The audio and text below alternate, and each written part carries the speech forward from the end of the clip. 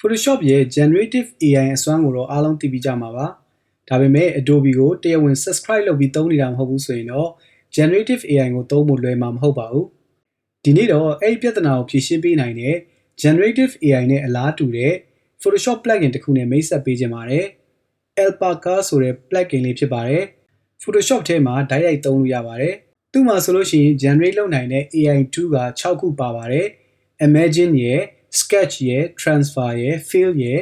Upscale ရယ် Depth ရယ်ဆိုပြီးတော့6ခုရှိပါတယ်။ဒီ tools 6ခုတွေကဘယ်တစ်ခုကိုပဲသုံးသုံးကျွန်တော်တို့အရင်ဆုံးလုပ်ပေးရမှာကတော့ selection area သတ်မှတ်ပေးရမှာဖြစ်ပါတယ်။ပထမဆုံးတွေ့ရတဲ့ Imagine ဆိုတာကတော့ text to image နဲ့အတူတူပါပဲ။ကျွန်တော်တို့လိုချင်တဲ့ပုံရဖို့အတွက်အောက်က prompt ဆိုတဲ့နေရာလေးမှာစာသားလေးတွေကိုရိုက်ထည့်ပေးဖို့လိုပါတယ်။အခုဒီမှာဆိုလို့ရှိရင်နမူနာရေးထားတဲ့အတိုင်းပဲထားလိုက်ပြီးတော့မှ generate လုပ်ကြည့်လိုက်ပါမယ်။ဒါဆိုရင် generate လုပ်နေပါပြီ။ခဏလေးစောင့်ပေးလိုက်ပါ။ပုံပေါ်လာပြီဆိုရင်တော့ရွေးချယ်စရာ၄ပုံရှိပါတယ်။အဲ့ဒီထဲကမှအဆင်ပြေတဲ့ပုံကိုရွေးပြီးတော့မှ import as layer ကိုနှိပ်လိုက်ပါ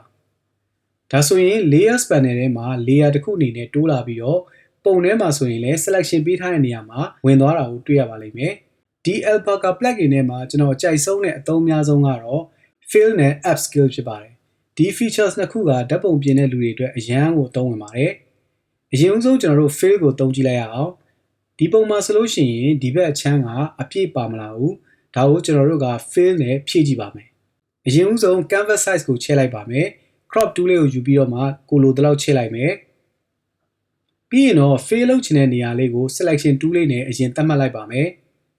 selection သတ်မှတ်တဲ့အခါမှာကျွန်တော် generative fill သုံးလုံးကလိုပဲမူရင်းပုံကိုနည်းနည်းလေးကြော်ယူပြီးတော့မှ selection ပေးပါမယ်။ပြီးရင်တော့ Alpaca ကိုပြန်ဖွင့်ပြီးတော့မှ fill ကိုရွေးလိုက်ပါမယ်။ prompt ရေးရမယ့်နေရာမှာနမူနာစာသားတွေရှိနေတယ်ဆိုလို့ရှိရင်အားလုံးကိုဖြတ်လိုက်ပါ။ပြီးရင်တော့ generate လုပ်လိုက်ပါမယ်။အခုဆိုရင် generate လုပ်နေပါပြီ။ပုံရဲ့အခြေအနေပေါ်မှာမူတည်ပြီးတော့မှစောင့်ရတဲ့အချိန်အတိုရှည်ကကွာခြားပါလိမ့်မယ်။ပုံ၄ပုံထွက်လာပြီဆိုရင်တော့အဆင်ပြေတဲ့ပုံကိုရွေးလို့ရပါတယ်။အကယ်၍တပုံမှကိုကမကြိုက်သေးဘူးအဆင်မပြေသေးဘူးဆိုရင်တော့ tools ကိုပြန်သွားပြီးတော့မှနောက်တစ်ခါ generate ထပ်လုပ်လို့ရပါတယ်။ဒီတစ်ခါကိုလိုချင်တဲ့ပုံရလာပြီဆိုရင်တော့ပုံကိုထောက်ပြီးတော့စောစောကလိုပဲ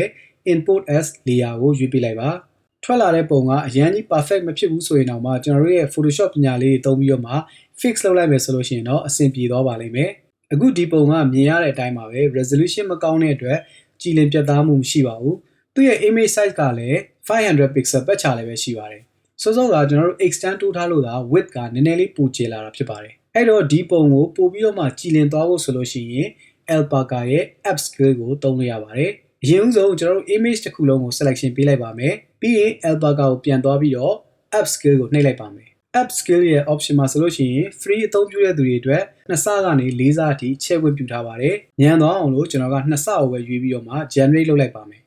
။ upscale လုပ်ထားတဲ့ပုံရလာပြီဆိုရင်တော့ပုံကိုထောက်ပြီးတော့ open in a new document ကိုနှိပ်လိုက်ပါ။ဒါဆိုရင် file အသစ်တစ်ခုအနေနဲ့တက်လာပါလိမ့်မယ်။ဘာဖြစ်လို့လဲဆိုတော့ပုံကြီးချဲ့လိုက်တဲ့အတွက်လက်ရှိ document ထက်ကြီးသွားလို့အသစ်တစ်ခုအနေနဲ့ဖွင့်ပေးလိုက်တာဖြစ်ပါတယ်။အခုဆိုလို့ရှိရင်တော့တက်လာပါပြီ။သူ့ရဲ့ image size ကိုတစ်ချက်စစ်ကြည့်အောင်။အခုဆိုရင် image size က2ဆဖြစ်သွားတဲ့အတွက်ဒီမှာဆိုလို့ရှိရင်1000 pixel ဖြစ်သွားပါပြီ။အခုဒီပုံနှစ်ပုံကိုရှင်းကြည့်ပါမယ်။မူရင်းပုံနဲ့ upscale လုပ်ထားတဲ့ပုံအရန်ကိုကွာခြားသွားတာကိုတွေ့ရပါလိမ့်မယ်။ Alpaca ကို Photoshop မှာ install လုပ်ဖို့အတွက်အရင်ဆုံး Photoshop ကိုပိတ်ထားလိုက်ပါ။ပြီးရင် web browser တစ်ခုကနေပြီးတော့မှအောက်မှာဖော်ပြထားတဲ့လိပ်စာအတိုင်းသွားလိုက်ပါ။အရင်ဆုံး sign up လုပ်ပေးဖို့လိုပါတယ်။ကို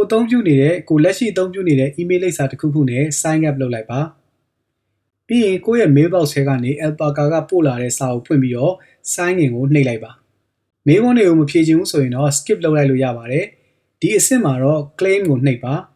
free account တစ်ခုအတွက်တစ်လမှာ85ကြိမ်အထိပဲ generate လုပ်ခွင့်ရှိပါတယ်။ဒီနေရာကိုရောက်ရင်တော့ download plugin ကိုနှိပ်ပါ။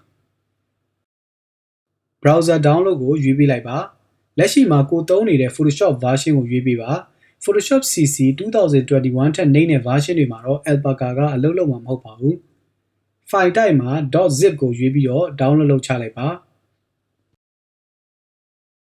zip file ကိုဖြီးပြီးတော့ရလာတဲ့ folder တစ်ခုလုံးကို copy ယူလိုက်ပါ။ Mac computer မှာဆိုရင်တော့ application တွေက Photoshop ကိုရှာလိုက်ပါ။ကိုသွင်းထားတဲ့ version ကိုလိုက်ပြီးတော့မှကျွန်တော်ကတော့2024ဖြစ်တဲ့အတွက် Photoshop 2024ကိုဖွင့်ပြီးတော့ plugin folder ထဲမှာ paste လုပ်ချလိုက်ပါမယ်။ Windows computer တွေမှာဆိုရင်တော့အောက်မှာဖော်ပြထားတဲ့လမ်းကြောင်းတိုင်းသွားပြီးတော့မှ paste လုပ်ပေးလိုက်ပါ ပြီးရင်တော့ Photoshop ကိုပြန်ဖွင့်လို့ရပါပြီ Photoshop တက်လာပြီဆိုရင် Photoshop ရဲ့ menu တွေက plugin ကိုသွားပါ Alpaca ဆိုတာကိုတွေ့ပါလိမ့်မယ်ပထမဆုံးချိန်စသုံးမှာဖြစ်လို့စောစောက sign up လုပ်ထားတဲ့ email နဲ့ password ကိုသုံးပြီးတော့ login ဝင်ပေးလိုက်ပါ login ဝင်သွားပြီဆိုရင်တော့ Alpaca ကိုသုံးလို့ရသွားပါပြီ free user တွေအတွက်တစ်လမှာ85ချိန်ပဲ generate လုပ်လို့ရတယ်ဆိုတာကိုတော့မမေ့နဲ့အောင်နော်